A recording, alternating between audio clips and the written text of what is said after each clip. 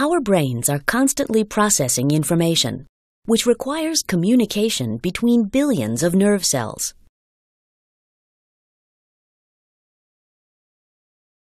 Signals are passed from a sending neuron to a receiving neuron at a junction called a synapse. An action potential in the sending neuron travels down the axon until it reaches a synaptic terminal. The narrow gap between the synaptic terminal and the receiving neuron is called the synaptic cleft.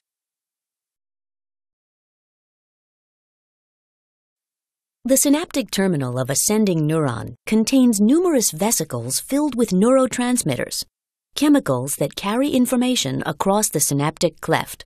When an action potential reaches the synaptic terminal, the vesicles fuse with the plasma membrane of the sending neuron, releasing neurotransmitters into the synaptic cleft. The neurotransmitters affect the receiving neuron, changing the distribution of charge across its membrane. Let's take a closer look.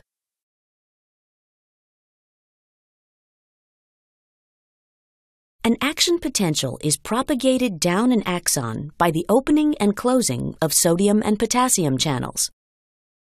When an action potential arrives at the synaptic terminal, it causes the opening of calcium channels, shown in green. Calcium ions enter the synaptic terminal through the calcium channels. Calcium ions bind to the vesicles containing neurotransmitters. This causes the vesicles to fuse with the plasma membrane of the sending neuron, releasing neurotransmitters into the synaptic cleft. The neurotransmitters diffuse across the synaptic cleft and bind to receptors in the plasma membrane of the receiving neuron. Here, the receptors are ion channels that open. Ions move across the membrane, changing the distribution of charge across the membrane.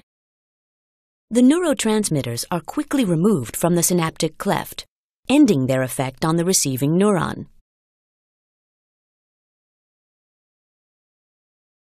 A single neuron can receive signals from many sending neurons.